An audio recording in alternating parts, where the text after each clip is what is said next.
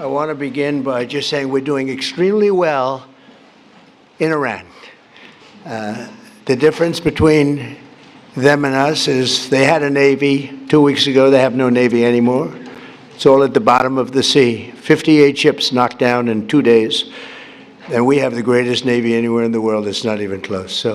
But we are doing really well. We're not going to let them have nuclear weapons, because if they had them, they'd use them, and we're not going to let that happen. Should have been done a long time ago by other presidents. So it's an honor to be here. This is fun. And these are great athletes standing behind me, great coaches, general managers, great people, and a great superintendent. Hello, superintendent. We only put our finest as these superintendents for these great schools because we don't want to have somebody that they don't look up to. We take our best. And they're really amazing. For the second year in a row, it's my great honor to officially present the Commander-in-Chief's Trophy to the one and only Navy Midshipman football team with 11 wins and 2 losses, playing the best teams in football. I used to always think of the military services, they played like a little step below. It's not true. They played the big teams and they beat them. These players achieved one of the most impressive seasons in Navy football history and any football history, frankly. And I just want to congratulate the midshipmen. I met them backstage, and they're great. Thank you. Congratulations, everybody.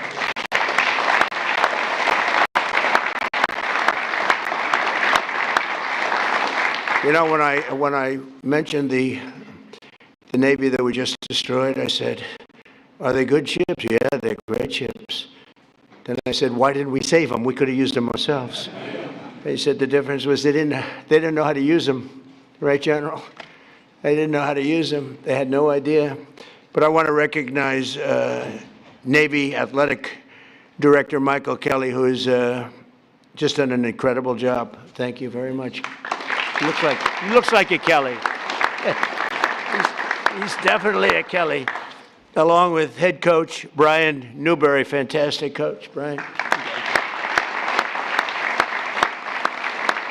Who's off to the second best start for any football coach in school history. What's second? Who's first? It's pretty good. That must have been a Roger Staubach year maybe or something, because I tell you what, I got to watch Roger Staubach, and he was something. He was like, I have to say, I've said it, and some people were insulted by it, but it was like a man playing with children. He would single-handedly win those games. It was incredible. Thanks as well to your superintendent, Lieutenant General Michael Borg-Schulte, who is an accomplished Navy linebacker, a very good one, back in the day. We're also pleased to be joined by Secretary of War Pete Hegseth. Now, I don't know if Pete's here because I actually told him he had an option, be in the sit room, you know, the famous situation, would be up here. And if it's okay, I told him, but I think he has 2 very beautiful sons up here, to the best, Boone and Jackson. Are you 2 guys? Well, I told your father, just be in the situation room. We're okay with that, right? I think so, right, Coach? Coach, I think you're okay. So Boone and Jackson, someday you'll be on this team maybe, right? Would you be a Navy, Army, Air Force? Which one? Take Navy. Just say Navy, okay? I don't want to get them in trouble. And your father's doing a fantastic job. And also the chairman of the Joint Chiefs of Staff, Dan Kane. So Dan is unbelievable, and I picked him for a reason because I was told it would take 5 years to beat ISIS by our television generals. You know, there's a big difference between generals, just like there is between coaches and everything else. They said, "Sir, 5 years," and I went to Iraq because I didn't understand why 5 years, and I met this general. And his name was Dan Kane. I said, "What's your name?" He said, "Raisin, sir." I said, "Really, Raisin? What is that?" "Raisin." "Oh, it's just my nickname, sir." "What's your last name?" "Kane." I said, "Your name's Raisin Kane? I love you. You're the guy I'm looking for." And it turned out to be right. So they told me it was going to take 4 to 5 years to knock out ISIS. And now I'm in Iraq. I come down, I meet him, some other generals. He was the boss. And I said, "How long would it take for you to knock out ISIS?" He said, 4 weeks, sir. I said, 4 weeks? They tell me 4 years, maybe 5. He said, "Well, whatever they want, sir. They're the boss. I'm just here. But you can do it in 4 weeks, sir. And you'll have time left over. I said, you got to be kidding. And he explained, and we went through a whole big thing. Well, nobody in this room would be bored by it. Actually, you'd like to hear every word. I'll tell you every word of it. But bottom line, I said, let me go back. But as I'm leaving, it was very interesting. I'm walking down the stairs, long fight. I had to turn off the lights after spending trillions of dollars. You had to turn the lights off in the plane because you didn't want to be spotted by the enemy. This was something. So we land. And he said, sir, would you like to rest for a while before we have a meeting? I said, I don't have to rest.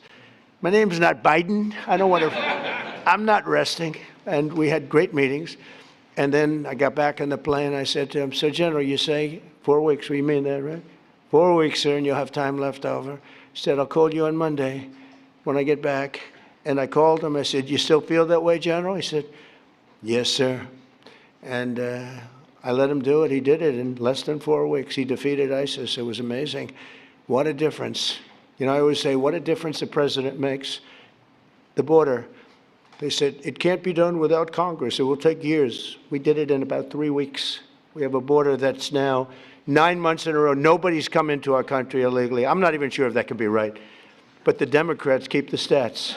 So they say, I mean, they have 0 people came in through our border. You see it, right? And I said, the president makes a big difference. Well, the generals make a big difference, too. But I told him, I said, Dan, if you don't mind, stay in the Situation Room and you watch all those attacks that we're hitting those guys with, and they don't know what's happening.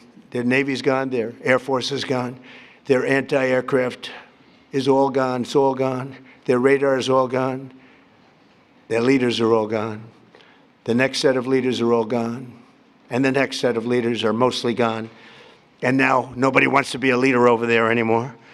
We're having a hard time. We want to talk to them, and there's nobody to talk to. We have nobody to talk to, and you know what? We like it that way. And we have many other distinguished members of the United States military, but I want to tell you, Hegseth is doing a great job, and Raisin Kane is doing a great job, as good as anybody's ever seen. Don't forget, we had Venezuela. That was the beginning where people started to see the talent. I rebuilt the military and built it, frankly, including Space Force, but I rebuilt the military in my first term.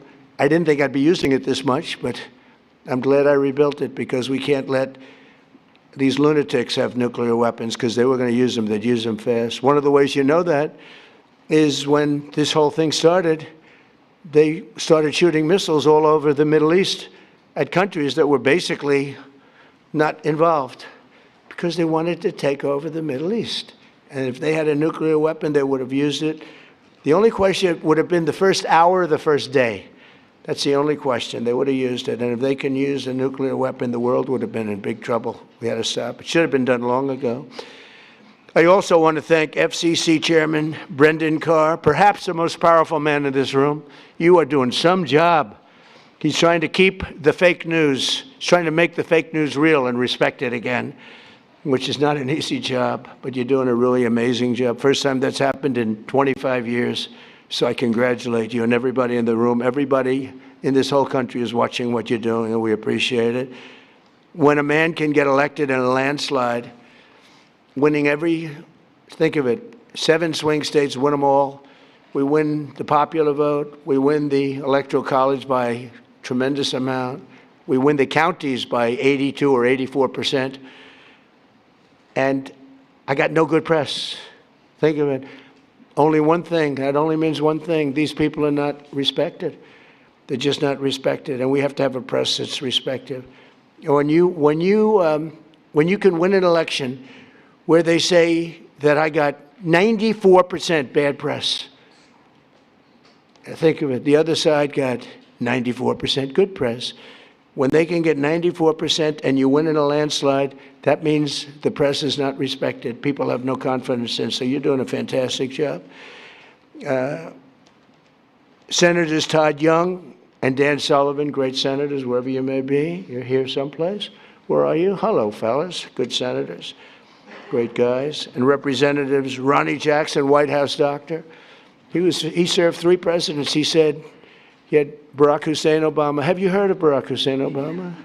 You had Obama, I didn't want to talk about Biden, but he said, and you had Bush. You had young Bush, I call him, young Bush. I was not a fan, but that's all right.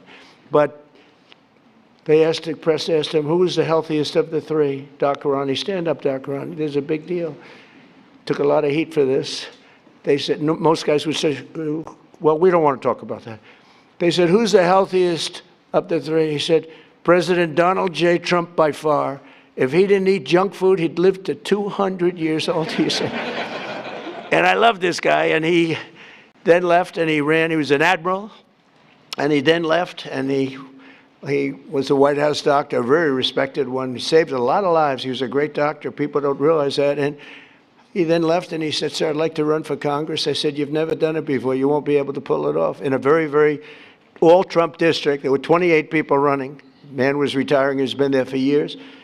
And I said, Ron, I don't know. It's going to be tough, but we'll try it, right? And we got him in. He blew him away. There was one man that was favored. He was a rhino.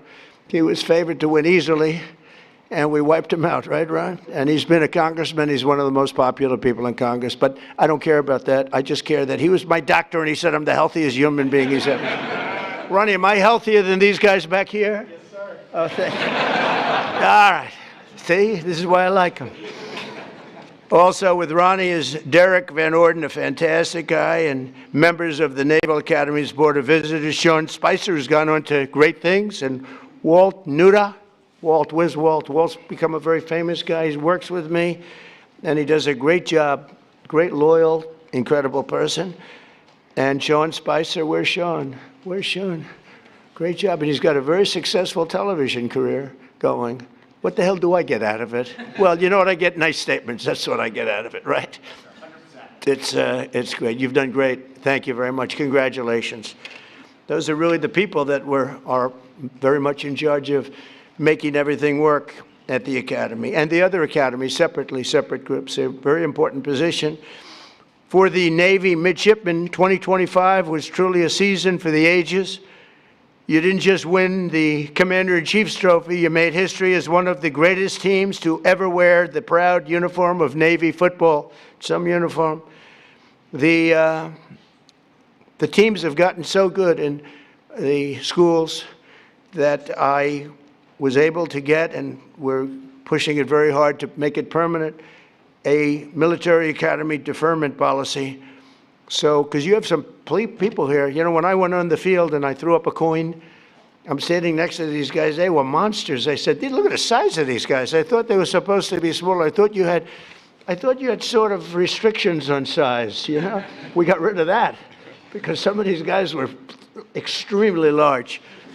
And we have the NFL teams here also. When whoever wins the Super Bowl, they come. The baseball teams, we had the Dodgers, we have them all. But I saw the size of these guys, so I got used to it. And I said, these guys are as big as the NFL. And at one of the visits a while ago, first term, they asked me, they said, sir, we have a hard time recruiting because a player, if he's really good, he can't do the 4 or 5 years in the military service. Could you would like to do a military academy deferment policy? I immediately knew what he meant. And we got it done. And it allows you to defer your service until after your career. So if you go in the NFL for 10 years, so now everyone wants to join. So do I get credit for this successful team then? The superintendent's going to say yes. I don't know about the coach. I don't know about Kelly. But the coach, I think, it made your life a little bit easier. It was tough. It was tough for the teams when they used to have to play guys that were twice their size, right? So they did good. They had better heart. They have the best heart in the business, but size does matter. And so what we did is we got that so you have a deferment, so a lot of people are able to join now, and they do their service later. They're great patriots, but that would be a lot to ask. And I think it's helped your teams really compete at the highest level. The team was led by your incredible senior class, and that includes the co-captain and star quarterback, Blake Horvath, who is fantastic. Where are you, Blake? Wait a minute, you were a player. I was at that game. He's a player. Yeah, but good everything. You can run it, you can throw it. What do you think, NFL material? Sure. You have no choice, you have to. Thank you. Stay up here if you want. Look at this guy. He walks up. Most of them just stay there. Just, they don't want to. Very good. Look at him. I can't get rid of him. I can't. Stay there if you want. Come on, stay there. He's a quarterback. What the hell? But he ends his college career as one of the most accurate Navy quarterbacks of all time, with an astounding almost 60% completion rate, second only to the man we just spoke about, Roger Staubach, who was unbelievable. He was unbelievable. He served 5 years, and then he came in, and came in at like 27 or something, and he was phenomenal as an NFL player. Likewise, senior wide receiver Eli Haydenreich scorched opposing defenses all year long. They've been writing about him, a lot of stories, setting a school record for receiving touchdowns, and you do need a quarterback for that. Where's Eli? Where's Eli? Come here, Eli. Get over here. Look at the size of this guy.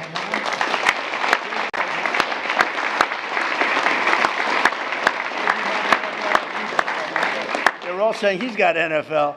Pretty good. I see by the size of those hands, you have no trouble catching that ball. Come here. Great. Beautiful. And we're going to bring them down to the Oval Office. Nobody else. We don't have room for none of all these big shots that we have here. None of the senators, none of all these people. We're going to bring them down. We're giving them a special medal, a beautiful medal, a very expensive medal that if I see it on eBay tonight, I'll be extremely upset. All right, so we're going to all march down there later. Congratulations. Thank you very much. That's great. Very nice that you say that. The whole team is pointing at you. Are you looking to go NFL if you can? Yes, sir. I'm hoping to. Okay, good. Good. That's great. I'll bet you make it. So we have Eli and setting all the school records for receiving touchdowns, earning a spot at the NFL Combine, and cementing himself as, without a doubt, the greatest wide receiver in Navy history. That is not bad. Did you do the Combine? Yes, sir. How did you find it? Were you impressed by the athletes? I was, yes, sir. Were you as good as them? I like the... Were you better? They're all saying they like you. They're all saying he's better. Good. I can see it. We're going to watch, okay? We're watching all you guys. And let's not forget one of the strongest athletes the Navy has ever seen. Oh, this is the guy I want to meet. Who was named a first-team All-American. You can't do better than that. On 5 different organizations. So 5 groups named him first-team All-American. Senior lineman and co-captain Landon Robertson. Where's Landon? Where's he?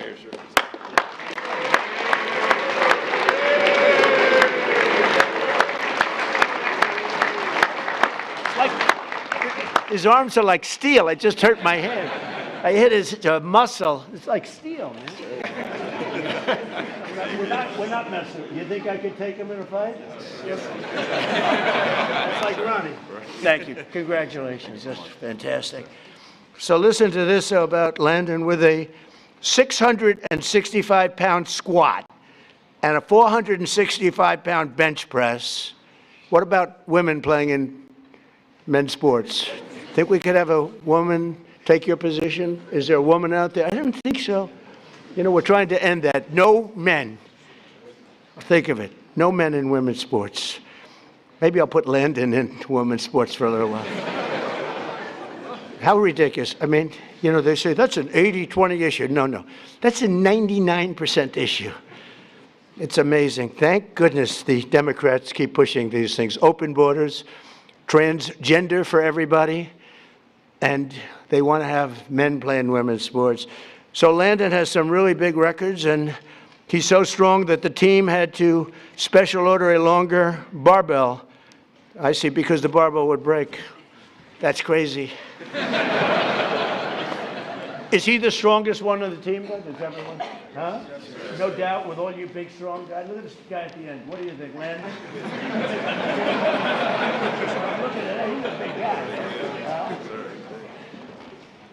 So thank you very much. We have a lot of fun at these things. I hope you. I love sports, and I love athletics, and I love competition. I love competition, and these guys are champions. But perhaps no single player better represents the heart and soul of this team than your 5'9", 174. I love those guys. Those guys that are a little smaller than you're supposed to be, but they have a bigger heart than everybody on the team, right? And the other team, too. 174-pound playmaker who delivered key knockouts and blocks on opponents almost twice his size. Senior Brandon Chapman. Brandon plays selfless, relentless football. I got this from his coach. As he likes to say, quote, here's a quote, "The way I look at it, the fight's not over until I win." That's it, right? Just keep going. And that's really the spirit of the Navy and our great sailors. Where are you, Brandon?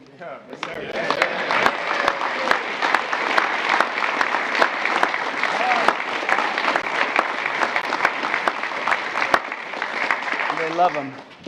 Boy, I tell you, you don't have players like that. You don't win. You just can't win. You need people like Brandon, and they all have that big heart. It's very tough when you get into that elite group. When you beat those schools that are big and powerful, it's a pretty amazing thing. This group of winners opposed and opened the 2025 season with 7 straight victories, including a thrilling win over one of your top rivals. It's always tough, too, Air Force. Coach, Air Force is always tough. What is that? I mean, they're always tough. You beat them, but they always seem to have a good record, and they always seem to do well, right? But no problem with this team, right? What was the score you won by, Coach? Was it a close game or not that close? I think we won by 3. 1 by 3. You won a couple of close ones, but you won. Doesn't really matter as long as you win, right? So that's great, Coach. But as every Navy football player knows, you don't make it to the White House unless you also triumph over Army on that second Saturday of December, which is the whole deal. I was at that game. It was amazing. It was an amazing game. The spirit, and I have to say, they introduced Trump. The place went crazy. There were no, let's give a little boo. There wasn't a boo in the house. Even the fake news couldn't say. I've gone to games where I would say I got 97%, but there might be one person, boo, boo. They cover that person, they interview that person becomes a star. But they couldn't find any person at that game. That was some game, it was some scene in the historic 126 Army-Navy football game. And again, something I really enjoyed. I love being there. I'll be there. Coach, I'll be there. You got to be back, Coach. We can't ever lose you. You'll be back, right? All right, you better be back. Do whatever you do, Kelly. Get him signed, right? Yes, speaking of that, and you get him signed, all right? But you battled back from a 2-score deficit to draw within 6 points in the fourth quarter. Now, I was there. It was looking not great. It was not looking great. Fellas, you know, I can't say I was rooting for you, but I did want to see that commander-in-chief deal. Is a big deal, right? And it only happens if you win, and it wasn't looking great. With time slipping away, Navy mounted one final drive, and you marched downfield, nearing the goal line after running back Alex Teska broke loose into the secondary, which was amazing, for a huge 24-yard gain. Okay, where's Alex? Where's Alex? I saw Alex before.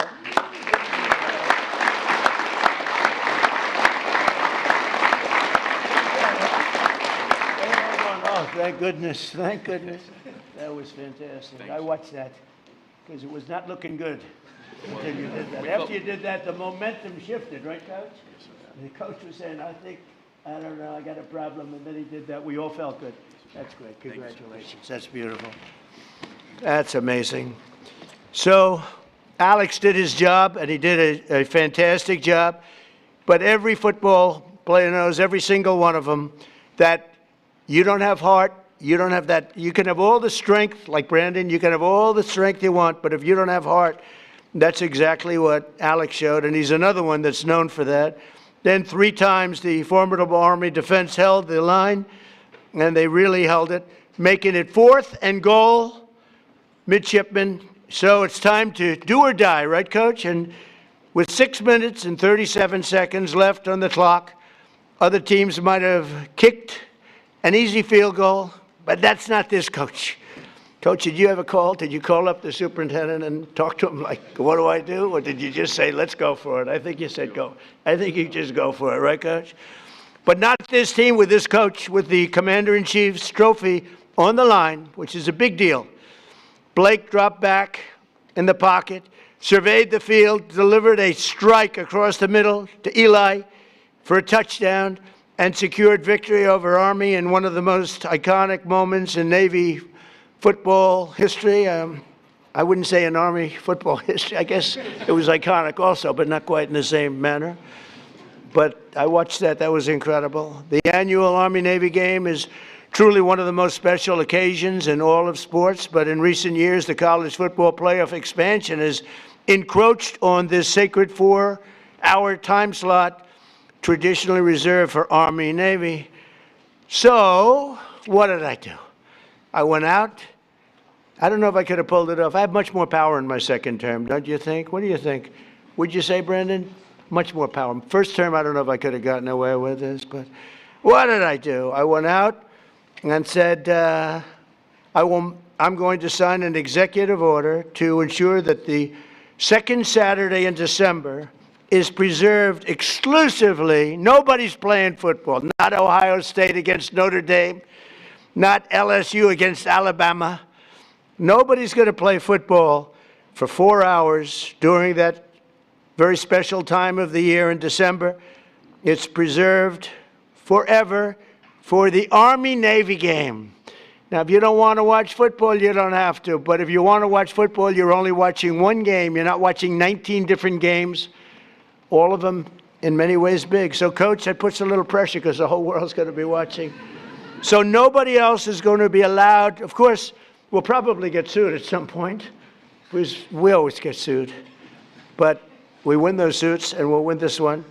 The only game that's going to be played, so we preserve that time, no matter who it is. You're playing the Army-Navy game. It keeps it special. We like it, right? Are you okay with it? Huh?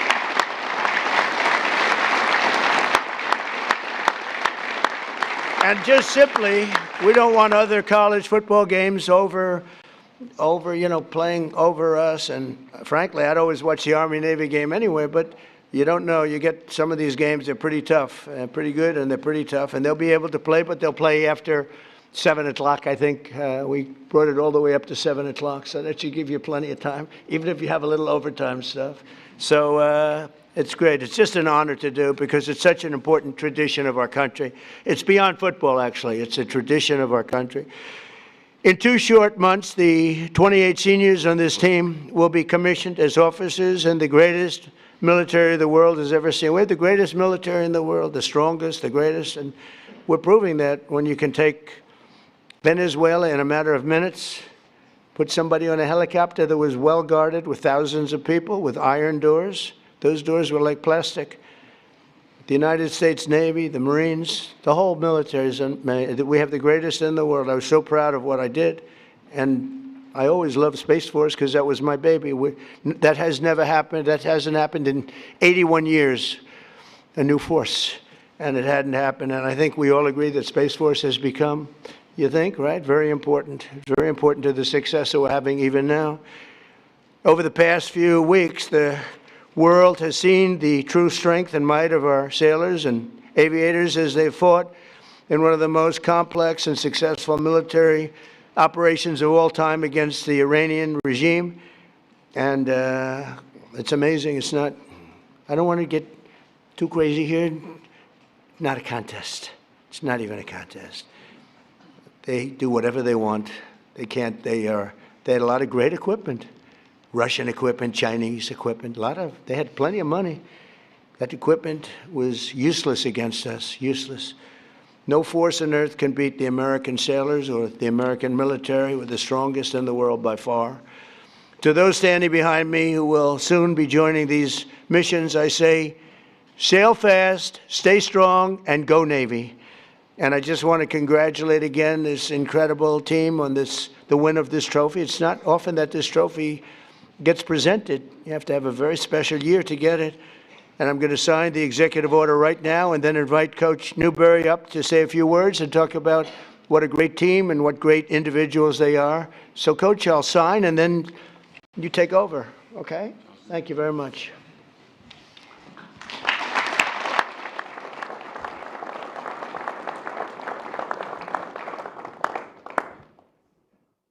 This is not an auto pen. Can you imagine taking it and say, would you please have this signed? Somehow, I don't know how they got by that, but it didn't work. Let's go.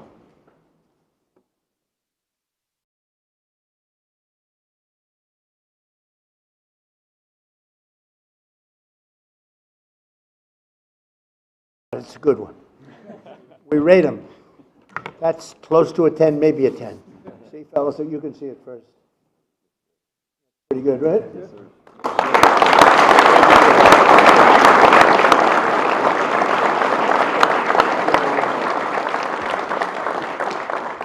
And what I'll do is I'll give these out also.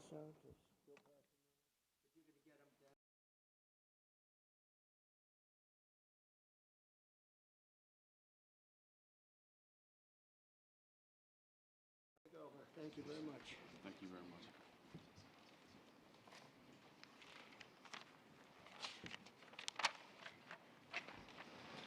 Good morning. Thank you, Mr. President. Thank you for signing that executive order, protecting the sanctity of the Army-Navy game. It's a game with a soul, and it deserves to be protected. Thank you very much. Thank you to you and your staff, your gracious hospitality, and for making today's ceremony possible. And thank you to the distinguished guests and everyone in attendance for being here to recognize this team and this exceptional group of young men.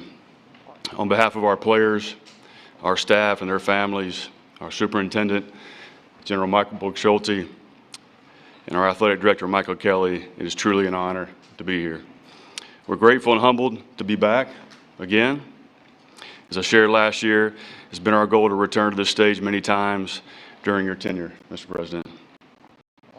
There's no higher honor in our program than standing here, representing the Naval Academy, the entire brigade of midshipmen, the Brotherhood, and all the men and women who serve and have served in our Navy and Marine Corps. These young men understand that wearing the Navy uniform comes with a responsibility greater than football. Each day they strive to live up to the core values of honor, courage, and commitment, and the standards of those who came before them. Leaders of character who have gone on to serve our country with distinction. What they accomplished this season is a direct result of that ethos and mindset. The players here on stage and to my left in the audience are some of the very best our country has to offer. In just a little over 2 months, these 28 seniors standing behind me will graduate and commission as officers in our Navy and Marine Corps under your command, Mr. President. They will do so with character, discipline, and the values that define this institution. I also want to recognize our fellow service academies, the United States Army and the United States Air Force. The rivalry we share is among the greatest traditions in college football, but it is grounded in deep and enduring respect, because we know that one day many of these young men may stand shoulder to shoulder in defense of our nation. The Commander-in-Chief's trophy represents the commitment, discipline, teamwork that define the future leaders and warfighters of our armed forces. Every day our players balance the demands of Division I athletics with the responsibility of preparing to serve as officers. That challenge forges the character this trophy represents. In our view, it is the most meaningful and honorable trophy in all of college sports. To our families, alumni, and the countless people who support the Naval Academy, thank you. Your belief in these young men and in what this institution stands for makes moments like this possible and special. Mr. President, thank you for hosting us today and for your continued support of the men and women who serve our great country. This time, I'd like to bring our two captains, Lana Robinson and Blake Horvath, up to present you with a couple of gifts. Great, thank you.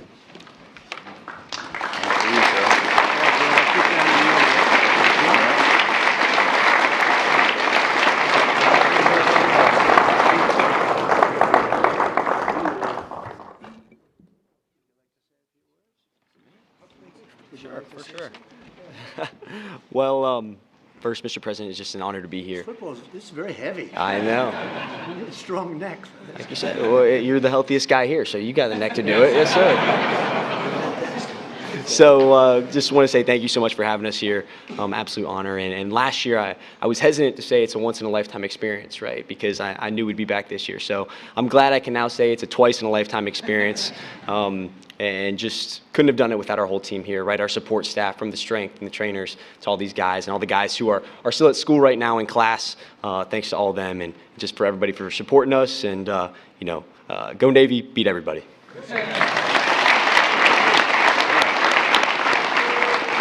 Absolutely. You know, first off, thank you, Mr. President, for the opportunity to be here. Blake said most of it, but I'm just so thankful to all my teammates and all my coaches for all the hard work they've put in. It's very hard to go 11-2 in a season, but I couldn't be more proud to play for Navy football, and I couldn't be more proud to represent the United States Naval Academy. So go Navy, beat Army forever.